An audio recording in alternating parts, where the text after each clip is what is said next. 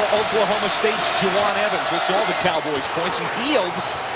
Hushes the crowd a bit. But that's loud in here right now as A&M gets set to host Kentucky in a game of extreme importance within the SEC standings. Here's why.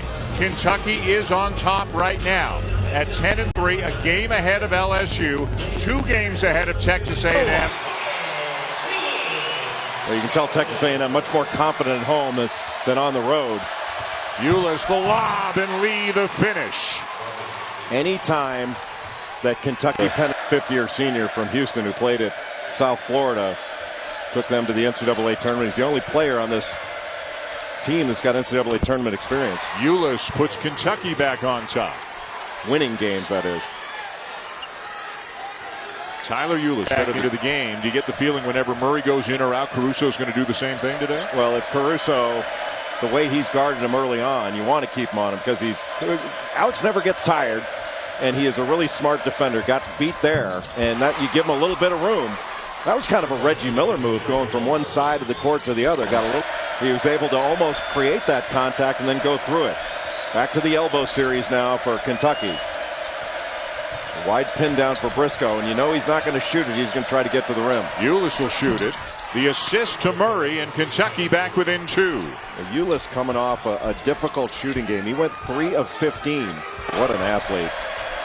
He has game-changing athleticism and some switching out front. Now Jones on Ulis.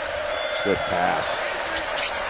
Briscoe with his first 3, as Jay mentioned earlier, since. I'll tell you what, Kentucky, Big Blue, had better start defensive rebounding because they've given up 12 offensive rebounds in this game and 9 second chance points. That's been the difference in the game. It's 12-1. For teams like LSU, Alabama, Vandy, a lot going to be decided in the next couple of weeks. Jalen Jones on Derek Willis. He has not gotten an open touch in this ball game. Anthony Collins did not like the foul call. Good week. You know, his numbers compare so favorably to John Wall when he was a freshman in 2010, except he doesn't turn the ball over nearly as much. Wall turned it over about 4 times per game. But boy, how good is John Stroke? And 6'8" too. Yeah, he's got everything. Look how far he's playing off of Briscoe. He's basically one big help defender. Ulis, a step back 3 is good. How do you tell a guy? What do you say? Admon, stay with. But for Texas A&M, after they guard this, they got to get the ball down the court quickly. There'll still be some time. Corner 3, Derek Willis, Kentucky by 1. Other than missing it all together. Got a switch here. Ulis needs to drive this. Briscoe baseline with the reverse. Kentucky by 3. But we had a chance to see A&M way back in November in the battle for Atlantis. They lost in the final to Syracuse as Lee slams it home. And Daniel House was terrific. At the three-point line, too. They're going to give Briscoe the jump shot. He made a 3 in the first half. He's made some layups, but he's missed all of his 2-point jumpers. Ulis knocks down a 3, and Kentucky is back. Coaches would take Caruso in a heartbeat. Maybe 352. He does so many things to help his team win. Got a switch now. Hogue on Ulis.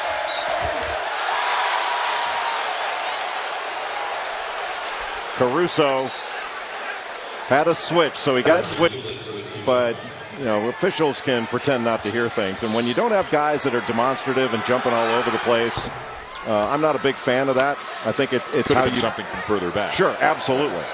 And we don't know what he said. I'm not. Look, maybe what he said deserves. Caruso not in the game of the moment for the Aggies. 2 big guys, Lee and Humphreys, in for Kentucky. Briscoe gets inside and scores.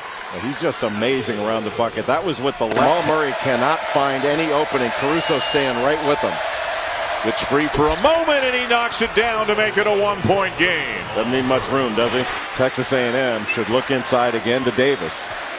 Still with Labissiere on him. Collins. Ulis with a blocked shot. What a bad possession. Great play by Ulis, but a bad possession by Texas A&M. No movement. And just going right into the defense. And a timeout take. I think he was looking for a screen. You see him turning his head looking for a ball screen. And that was all leather up top. What a great play. Not known as a shot blocker. His fourth of the season. Went to a triangle and 2. Yeah, Humphries back in for Labissiere. Just 2 shooters in the game for the Wildcats. The lob to Lee, and it's tied. Boy, what a great play out of the timeout. Run by Kentucky. Tyler Ulis. Just a little back screen and a screen for the screener, and nobody went on that little down screen by Marcus Lee. Everybody worried about Ulis, and nobody looking for Lee. Not enough pressure on the ball. They had that matchup on the last possession too, but didn't go for a look to Jones. Went right to him to start overtime. Well, horn set using Murray as a screener. That got him wide open. And he knocks down his 4th 3 of the game. Boy, that was a 2. Have got to be exhausted. Shot clock at 6. Floater by Ulis. Got it. He is unbelievable. Yep. What a great shot. 22 for Tyler Ulis.